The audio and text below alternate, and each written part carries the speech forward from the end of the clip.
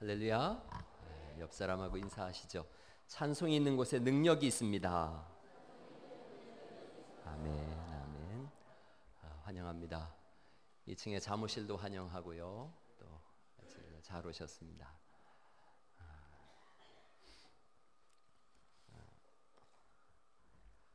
사이소 법칙이라는 게 있습니다. 사이소 법칙. 이 success in, success out. 성공이 들어가면 성공이 나온다는 겁니다. 파이포 법칙도 있는데 failure, 실패가 들어가면 실패가 나온다는 겁니다. 뭘 입력하느냐에 따라서 출력이 다르다는 거죠. 무엇이 들어가느냐에 따라서 나오는 것도 다릅니다.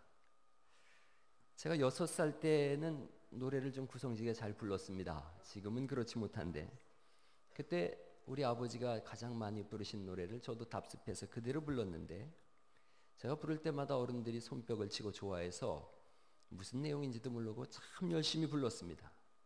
나중에 커서 보니까 가사가 기가 막힙니다. 신라의 밤이여 불국사의 종소리 들려온다. 지나가는 나그네여 걸음을 멈추어라. 2절이 더 기가 막힙니다. 신라의 밤이여 아름다운 궁녀들 그리워라. 이렇게 되어져요. 님들의 치맛소리 귓속에 들리며 노래를 불러보자. 그 다음에 여러분들 이거 안 불러본 분들 없을 거예요. 신라의 밤 노래를 이렇게 하는 거 있지 않습니까? 이걸 6살 꼬마가 부르는데 어른들이 춤을 좋다고 박수를 쳐요. 그대로 자랐으면 천하의 바람둥이가 됐을 겁니다. 어느 날 아버지가 예수를 믿었습니다. 예수님을 믿고 제 노래도 바뀌었어요.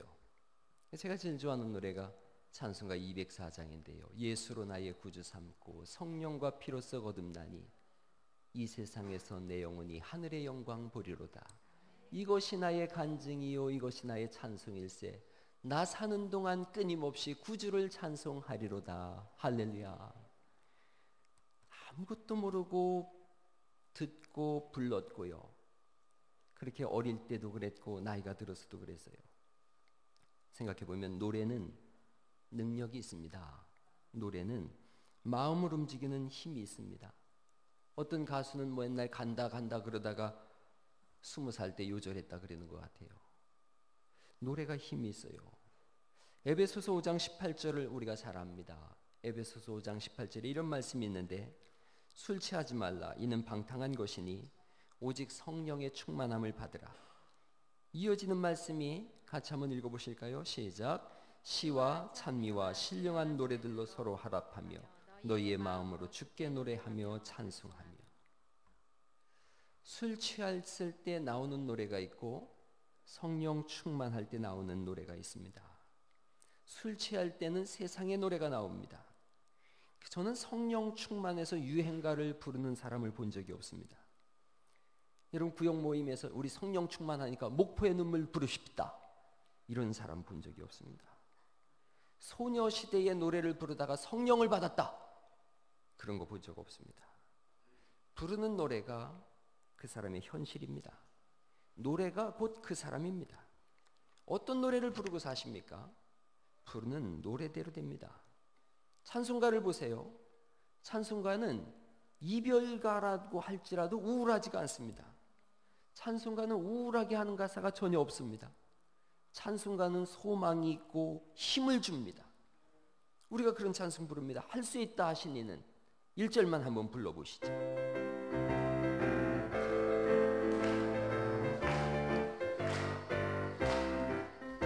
할 수 있다 하신 이는 나의 능력 주 하나님. 의심 말라 하시고 물결이를 걸라 하시네. 물결이 걸라 하시네. 할 수 있다 하신 주, 할 수 있다 하신 주. 믿음만이 능력이라 하시네. 믿음만이 능력이라 하시네. 할렐루야. 찬송은 힘을 줍니다. 넘어져 있을 때도요 찬송은 다릅니다. 나의 등 뒤에서 나를 도우시는 주, 나의 인생길에서 지치고 고나여 매일처럼 주저앉아 있을 때, 유행가는 그 다음에 눈물 펑펑 흘리고 울고 술 마시고 그런다고 합니다. 성경은 다릅니다. 주저앉고 싶을 때 나를 밀어주시네. 일어나 너 걸으라 내가 새 힘을 주리니. 그 다음에 우리도 모르게 아싸 아싸 일어나 너 걸어라 내 너를 도우리. 할렐루야. 찬송은 다릅니다. 아무리 절망했을 때도요 찬송가를 들으면 일어납니다. 절망했을 때 유행가를 들으면 그 사람 높은 데서 뛰어내립니다. 몇 년 전에 제가 군산으로다가 부흥회를 가는데 가면서 마음이 좀 울적한 일이 있었어요. 우리 어머니도 많이 아프시고 그래서 힘들었는데 라디오를 틀었더니 글쎄 그 찬찬찬에서 노래가 나오는 거예요. 그 구수한 목소리. 여러분 안녕하십니까? 이걸 흉내를 맨날 낸다고 했는데 이동춘입니다. 이렇게 하면서 목사님이 이걸 하시는데, 그런데 그 김석균 집사님 찬양을 듣더라고요. 왜 나만 겪는 고난이냐고. 이 찬송을 들으면서 가다가 제가 전군도로에서 차를 바치고 울었어요. 울고서 가서 부흥회를 큰 은혜 가운데 했어요. 마음이 아프고 힘든데 찬송을 부르니까 주저앉지 않고 일어나더라고요. 오늘 그런 분들을 위해서 한번 불러봐요. 왜 나만 겪는 고난이냐고. 1절만 한번 불러보시죠. 왜 나만 겪는 고난이냐고. 불평하지 마세요. 고난의 뒤편에 있는 주님이 주신 축복 바라보면서 감사하세요. 너무 견디기 힘든 지금 이 순간에도 주님이 일하고 계시잖아요.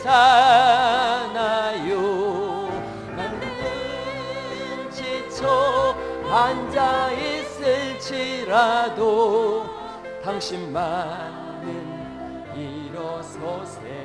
힘을 내세요. 힘을 내세요. 힘을 내세요. 주님이 손잡고 계시잖아요. 주님이 나와 함께함을 믿는다면 어떤 역경도 견딜 수 있잖아요. 할렐루야. 다릅니다. 노래가 달라요. 어린 시절에 우리는 왜 이렇게 많이 한이 많으냐면 어린 시절에 그런 노래 부르면서 자라서 그래요. 저는 이유도 모르고 이 노래만 부르면 슬펐어요. 여러분 잘 아는 노래 있어요. 엄마가 섬 그늘에 굴 따러 가면 아기가 혼자 남아 집을 보다가 바다가 들려주는 자작 노래에 팔 베고 스르륵 잠이 듭니다. 이게 얼마나 슬픈 노래인지 몰라요. 애기 혼자서 엄마는 굴 따러 가고 혼자 잠잔다 이런 거예요. 한쪽은 고난에 대한 해답을 줍니다. 힘을 내세요. 힘을 내세요. 주님 손잡고 일어나세요. 주님이 함께 한다면 어떤 고난도 이길 수 있잖아요. 이런 노래를 불러야지 어린아이에게 아기가 혼자 남아서 집을 보다가 바다가 들려주는 자작 노래에 팔 베고 스르륵 잠이 듭니다. 눈물만 나고 한만 생기는 노래입니다. 오래전에 주일학교 애기들 그 매빅이라는 걸 했는데 얼마나 역동적이고 찬송이 힘이 있는지 몰라요. 나는 작고 연약할지라도 믿음으로 승리하리라. 뭐 이런 거예요. 마귀 날 유혹해도 흔들리지 않으리. 이런 거예요. 어떤 애기는 팔 베고 스르륵 잠이 드는데 어떤 애기는 마귀 날 유혹해도 흔들리지 않으리. 막 이게 다르다 이겁니다. 비교가 안 되는 거예요. 저는 뭐 기타를 치면서 노래를 배웠는데 아파트라는 노래 잘 불렀어요. 윤수일이 부른 아파트. 그걸 또 바꿔가지고 뭐 별빛을 때릴까 다리를 걸까 뭐 이러면서 노래를 불렀어요. 노래가 운명을 바꿉니다. 성도가 가장 은혜 받고 성령 충만하고 살만 날 때가 찬송을 부를 때인 줄 믿습니다. 찬송이 열리면 세계가 열리는 거예요. 찬송이 열리면 아무것도 문제가 되지 않는 줄 믿습니다. 언제가 제가 그런 말씀 드렸어요. 미국의 한 지방에 갑자기 태풍이 불어왔습니다. 갑자기 불어난 물에 집에 있는 분들이 갈 곳이 없으니까 높은 나무로 올라갔는데 물은 점점 차올라오는 겁니다. 부부가 아이를 머리에다가 막 이렇게 올리고 물은 점점 차올라오고 절망입니다. 다들 두려워서 아이들도 울고 다 울부짖습니다. 물이 점점 더 차오르는 절박한 순간에 아내가 호련히 잠잠히 노래를 찬송을 합니다. 같이 해보시죠.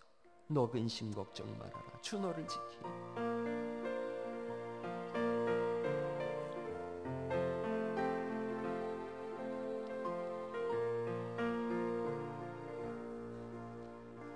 너 근심 걱정 말아라.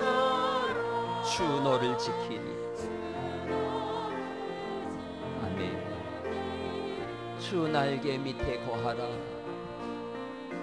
주 날개 밑에 거하라. 주 너를 지키리.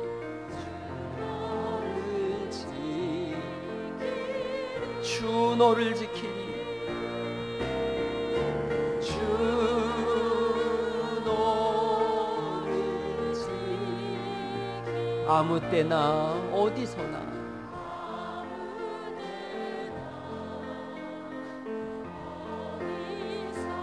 주 너를 지키리.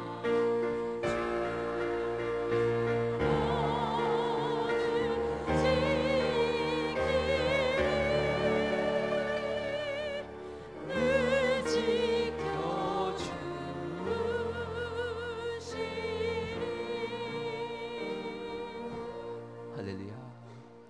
고요하게 엄마가 찬송을 부르자 모두의 마음이 평안해졌어요. 그리고 정말로 기적처럼 어디선가 요트 한 대가 미끄러지듯이 다가와서 이 가족이 다 구원을 받았습니다. 가이드 포스티지에 실린 실화입니다. 고난이 없는 것이 아닙니다. 고난은 있지만 고난을 이길 힘을 하나님은 찬송 속에 감추어 두셨음을 믿으시기 바랍니다. 문제가 없는 것이 아닙니다. 문제를 열 수 있는 열쇠를 하나님은 찬송 속에 숨어 놓으셨습니다. 오늘 우리가 읽은 본문 8절 말씀에 형제들아, 1장 8절 말씀 보세요. 형제들아, 우리가 아시아에서 당한 그다음 뭐예요? 환난을 너희가 알지 못하기를 원치 아니하노니 힘에 지나도록 심한 고생을 받아 살 소망까지 끊어지고. 여기서 성경이 사용한 단어는 환난이란 단어입니다.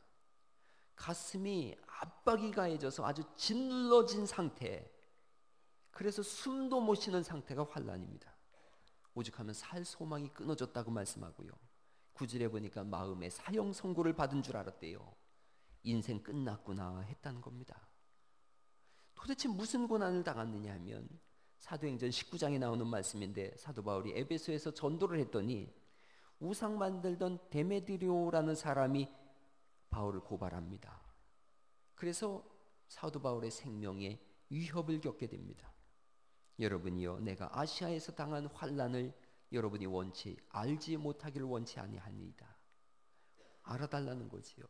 나는 힘에 지난 고난을 받아 살 소망까지 끊어지고 이제는 마음에 사형 선고를 받은 줄 알았다. 극한 고난이 있습니다. 고린도후서 1장 4절을 보시겠어요? 1장 4절, 우리의 모든 그다음 뭐예요? 환난입니다. 환난. 5절에도 그리스도의 고난이 우리에게 넘친 것 같이, 6절에도 우리가 환난 받는 것, 그리고 고난이라고 또 말씀하고 있고요. 7절엔 고난에 참여한 자, 8절에는 우리가 당한 환난, 9절엔 사형 선고를 받았다, 10절에는 그가 이같이 어떤 사망이에요? 큰 사망, 죽기 직전입니다. 그런데요, 반전이 있습니다. 11절 말씀 보실까요? 너희도 우리를 위하여 간구함으로 도우라. 이는 우리가 많은 사람이 기도로 얻은 은사를 인하여 많은 사람도 우리를 위하여 그다음 뭐예요? 감사하게 하려 함이라. 끝이 감사로 끝나는 줄 믿습니다. 이유는 3절입니다. 해답은 3절이에요. 찬송하리로다. 찬송으로 시작하면 감사로 끝나는 줄 믿습니다. 우리 인생 속에 찬송이 시작되어져서 감사로 마무리할 수 있기를 간절히 바랍니다. 성경의 한 중심에 있는 책이 무슨 책이에요? 시편입니다. 시편은 말 그대로 찬송이라는 의미예요. 시가서, 하나님을 향한 노래란 뜻입니다. 150편까지 있습니다. 가장 짧은 시편이 117편입니다. 117편 2절이 있어요. 2절 딱 쓴다면 뭐 쓰겠어요? 어떤 말씀 쓰겠어요? 성경은요, 너희 모든 나라들아 여호와를 찬양하며. 2절 딱 쓰는데 하나님 찬송하라고 써요. 성경의 한 가운데 있는 책은 시편 103편 1절 2절입니다. 시편 103편 1절 2절이 성경 신구약의 딱 중간에 있는 말씀인데 뭐라고 돼 있겠어요? 되게 궁금하시죠? 여호와를 찬양하라 내 영혼아. 할렐루야. 아멘. 내 영혼아 여호와를 찬양하라. Praise the Lord. 하나님을 찬양하라. 내 영혼아 여호와를 송축하며. 이렇게 돼 있습니다. 시편이 맨 끝편이 150편 6절입니다. 뭘로 끝나겠어요? 이쯤 되면 이제 눈치로 아셔야 되는데 뭘로 끝나요? 찬송으로 끝나요. 호흡 있는 자마다 여호와를 찬양할지어다. 할렐루야. 할렐루야. 할렐루야는 무슨 뜻이에요? 뭐 할렐루야는 목사가 할렐루야 하면 여러분은 아멘 하는 그런 겁니까? 할렐루야가 어떤 뜻이냐 그랬더니 어떤 목사님이 옛날에 모르셔서 저 광주에 가면 저기 춘향이 살던 데 가면 광활루가 있듯이 광활루에서 춘향이하고 이두령 만나듯이 우리는 할렐루야에서 예수님 만난다. 그래서 할렐루야 그런다 그러는데 하나님을 찬양하라는 뜻인 줄 믿습니다. 아멘. 호흡 있는 자마다 하나님을 찬송하래요. 거꾸로 말씀드리면요, 찬송하지 않는 자는 호흡이 없다란 뜻입니다. 그 영이 죽으면 찬송할 수 없습니다. 살아 있습니까? 그렇다면 찬송하여야 될 줄 믿습니다. 살기를 바라신다면 찬송 속으로 들어가야 될 줄 믿습니다. 저는 19년 전에 중동의 여러 나라를 우리 신민보 목사 내하고 선교를 다녀왔어요. 선교사님 한 분이 그쪽에서 선교 사역을 참 잘하세요. 근데 요르단에 계셨는데 그쪽 나라 말을 잘 못하는데 어떻게 선교를 이렇게 성공적으로 하셨느냐 그랬더니 그분이 딱 얘기하는 거예요. 설교를 하는데 어렵거든요. 그러면 무조건 찬송가 40장을 했대요. 안 되면 무조건 찬송가 40장 후렴만 했대요. 납시 투칼리 나윰 칼리시 마하다마 마하다마 납시 투칼리 나윰 칼리시 마하다마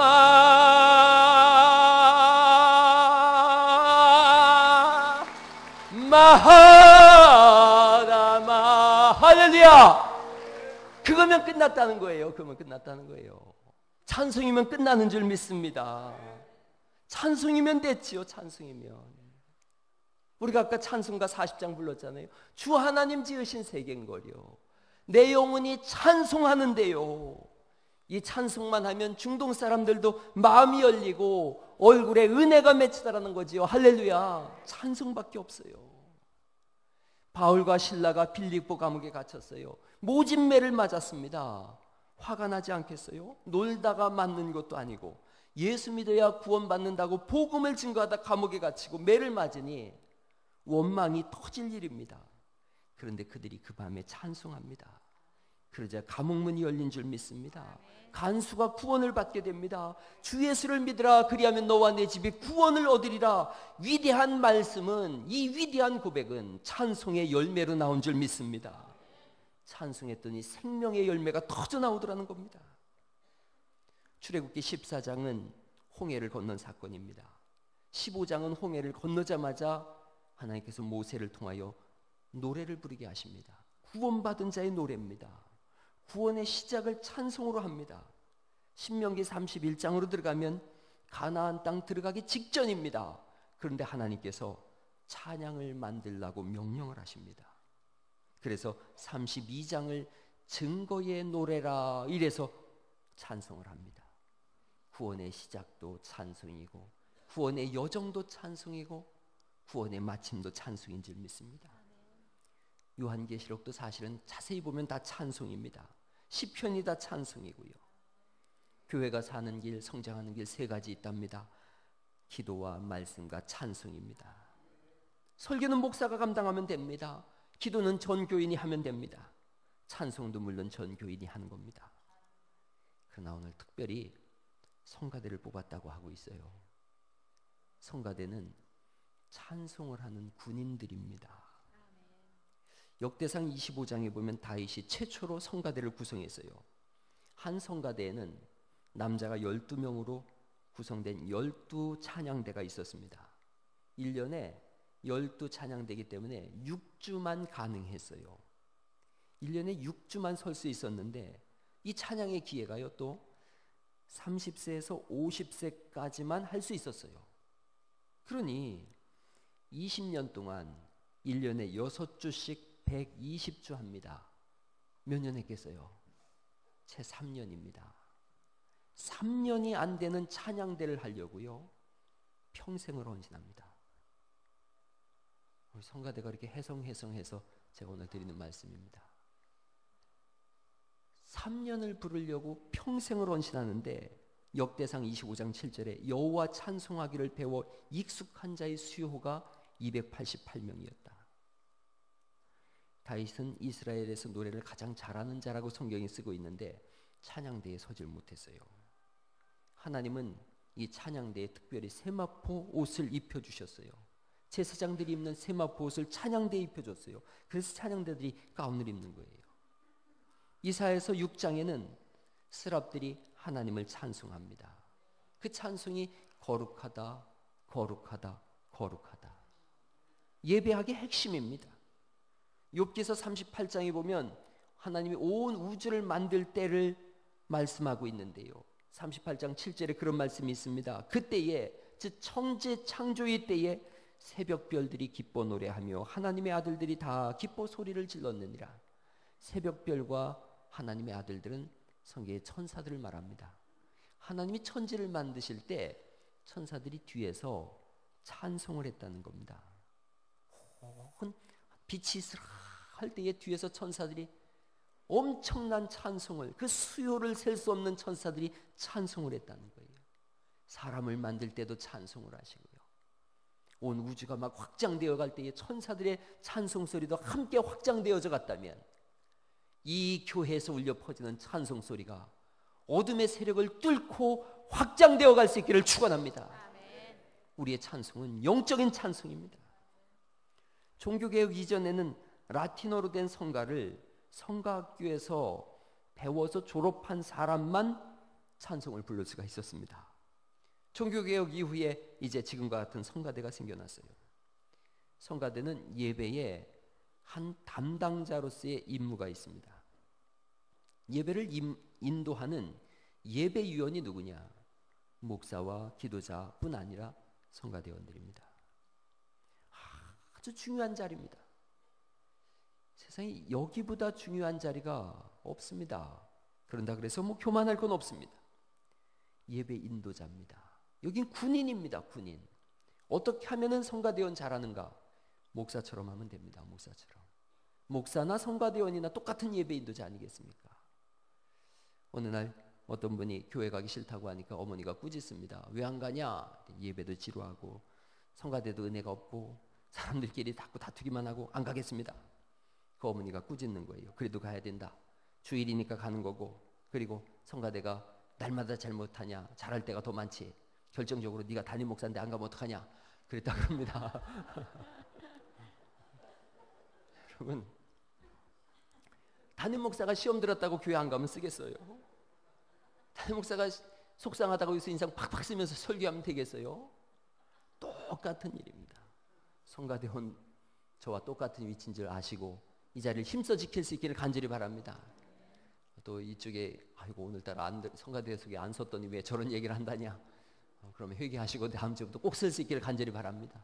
빈자리가 없도록 확 채우셔서 영적인 파동이 확 흘러감으로 인하여 답답했던 우리의 심령이 열리게 하는 일을 감당해 주시기를 간절히 바랍니다.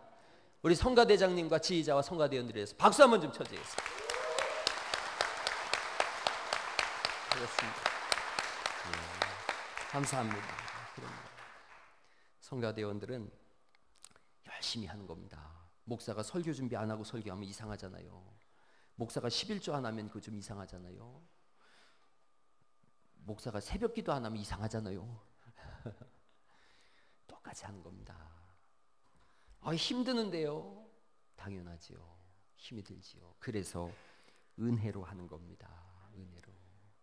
교회 일 중에 힘 안 드는 일이 어디 있습니까? 힘 안 드는 일 하나도 없습니다.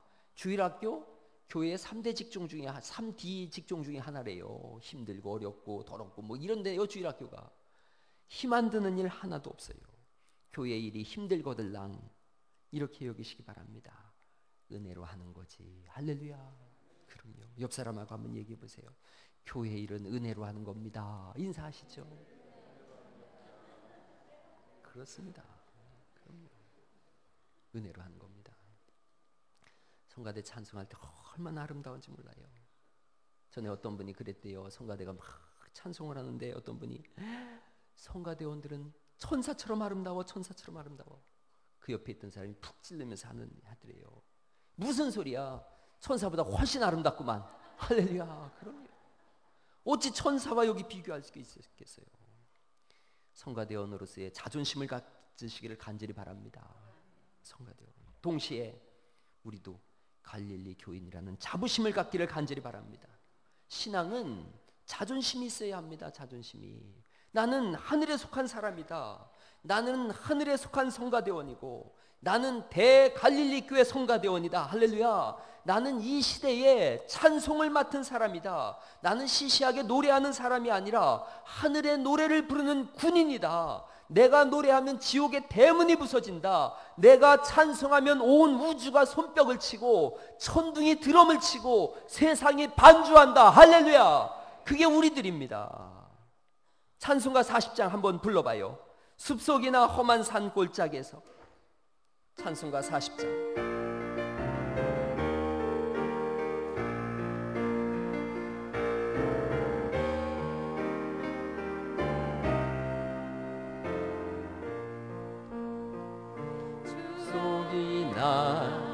험한 산 골짜기에 지저귀는 저 새소리들과 고요하게 흐르는 시냇물은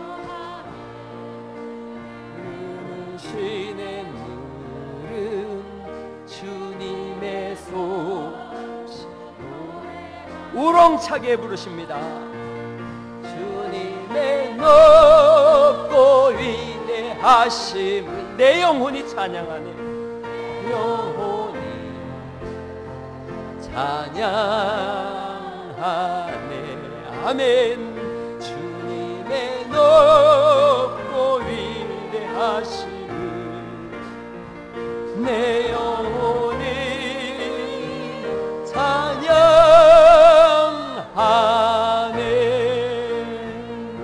할렐루야. 오늘 이 찬송 속에 자긍심이 회복되시기를 간절히 축원합니다. 찬송하는 사람은 주변인이 아닙니다. 찬송하는 사람은 성가대원이든 성가대원이 아니든 중심인물입니다. 찬송하는 사람이 교회 주인이고 핵심이고 코어입니다. 성가대원은 몇 명이 좋으냐 하면 역대상 25장 7절 말씀 보니까 저희와 모든 형제 곧 여호와 찬송하기를 배워 익숙한 자의 수요가 그렇게 많지는 않습니다. 우리 교회가 조만간 그렇게 될 것 같은데 288인이라. 할렐루야. 자막이 띄워져서 여러분이 다 웃고 있었군요. 288명입니다. 288명의 성가대가 설 수 있는 교회를 꿈꿀 수 있기를 간절히 바랍니다. 충분히 가능성이 있는 겁니다. 우리가 그런 가능성을 만들어 가시기 바랍니다. 찬송하기를 배워 익숙한 자 288명. 서울의 명성교회 김삼환 목사님 목회를 잘 하시는데 그 성가대가 호주에 오페라 하우스 있죠? 그 바다 위에 있는 그 이상한 달걀 2개 덮어놓은 것 같은 그런 연주홀, 거기서 연주를 했단 말을 들었어요. 그 말을 듣고 제가 6년 전에 교회 오케스트라를 거기 세우겠다 그런 꿈을 꿨어요. 오케스트라가 거기가 설 수 있도록 연주를 꿈꾸자. 서울 시립 오케스트라가 100명입니다. 그래서 우린 101명으로 목표를 정했어요. 거기보다 한 명은 더 많아야죠. 열심히 꿈을 꿨고요. 그리고 드디어 지난해 6월 25일 날 오페라 하우스에서 연주를 하는 꿈을 꿨어요. 그래서 꼭 그 꿈이 이루어졌으면 좋겠어요. 함께 오케스트라와 우리 성가대가 쭉 호주 오페라 하우스에 가가지고 그때 숙식은 제가 전부 해결하겠습니다. 장로님들한테 부탁해서. 제가 여러분 공연에 바람 넣는 게 아니에요. 꿈꾸고 기도하고 찬송하면 현실되는 줄 믿습니다. 우리는 할 수 있습니다. 아니요, 우리가 할 것입니다. 저쪽 동네 작은 교회가 오케스트라 만든다 그랬을 때 사람들이 다 비웃었어요.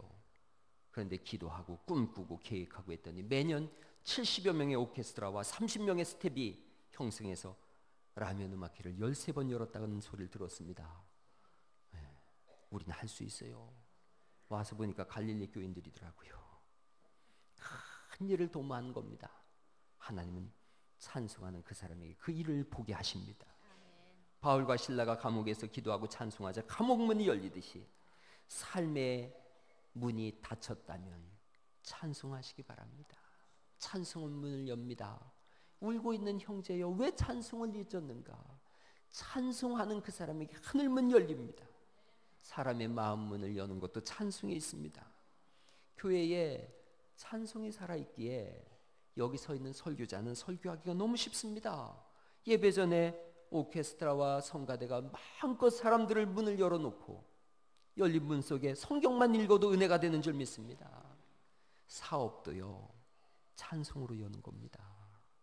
찬송하는 사람이 마음에 평정심을 갖게 되어지고 사업을 구상할 때에 지혜가 생겨나고 찬송할 때 마음이 평화가 있으니까 얼굴에도 자신감이 있고 믿음이 가는 말을 하고 믿음이 가는 얼굴을 하니까 당연히 사업이 잘 될 수밖에요. 마귀는 묶고 닫고 압제하는 세력이지만 하나님은 풀어주시고 열어주시고 자유케 하시는 분인 줄 믿습니다. 가정에 들어갔을 때 어둡고 컴컴하고 답답하십니까? 찬송을 힘차게 부르셔서 거기에 빛의 영광이 임할 수 있기를 간절히 축원합니다. 믿음의 사람들은 자기만의 찬송이 있었습니다. 순교자들은 그들만의 찬송이 있었습니다. 찬송이 없이 죽는 자는 순교자가 아니었습니다. 그래서 순교자들은 다 찬송하면서 순교합니다. 어떤 분은 세상을 떠나시면서 자녀들에게 유언합니다. 참 아름다워라 주님의 세계는 이 노래를 불러다오. 그래서 장례식 때 돌아가면서 계속 참 아름다워라 이 찬송 불렀답니다. 여러분 장례식 때 참 아름다워라 이게 말이 되냔 말입니다. 그러나 이것이 믿음의 세계인 줄 믿습니다. 예수님은 십자가를 향하여 겟세마네 동산을 올라가실 때에 마태복음 26장을 보면 찬미하였다라고 말씀하고 있습니다. 그리스도인은 찬송과 함께 세상을 이기고 죄를 이기고 환난을 이기고 승리합니다. 찬송으로 문을 열고 생명을 풍성케 합니다. 이제 자기에게 물어봐야 합니다. 나의 찬송은 무엇인가? 내가 이 세상 침상에서 숨이 끊어져서 손을 놓을 때 나는 어떤 찬송을 내 자녀들에게 요청할 것인가? 감옥의 문을 열고 구원을 얻게 하는 찬송, 하늘 문을 여는 찬송, 내 찬송은 무엇인가? 여기 있는 분들이 성가대원뿐 아니라 모든 분 한 분 한 분이 찬송의 사람 될 수 있기를 간절히 축원합니다. 이제 한 달 보름을 제가 교회를 비웁니다. 어떤 말씀을 여러분과 나눌까 고민하다가 그 생각을 했습니다. 비행기가 이렇게 뜰 때 저는 폐소공포증이 있어서 힘든데, 그래서 사실은 저도 엘리베이터를 안 타는 이유가 그런 겁니다. 그렇게 힘든데 그때 꼭 찬송을 부릅니다. 이어폰으로 찬송을 이렇게 부르다가 그 전자기기 다 끄라 그러면 입으로 예수로 나의 구주 삼고 성령과 피로써 거듭나니 이 찬송을 쭉 부릅니다. 그러면 이상하게 안정이 되어지고 평안해집니다. 여러분, 제가 없을 때도 또 제가 돌아와서도 끊임없이 찬송하셔서 이 교회가 성령으로 충만한 은혜를 누릴 수 있기를 예수의 이름으로 축원합니다.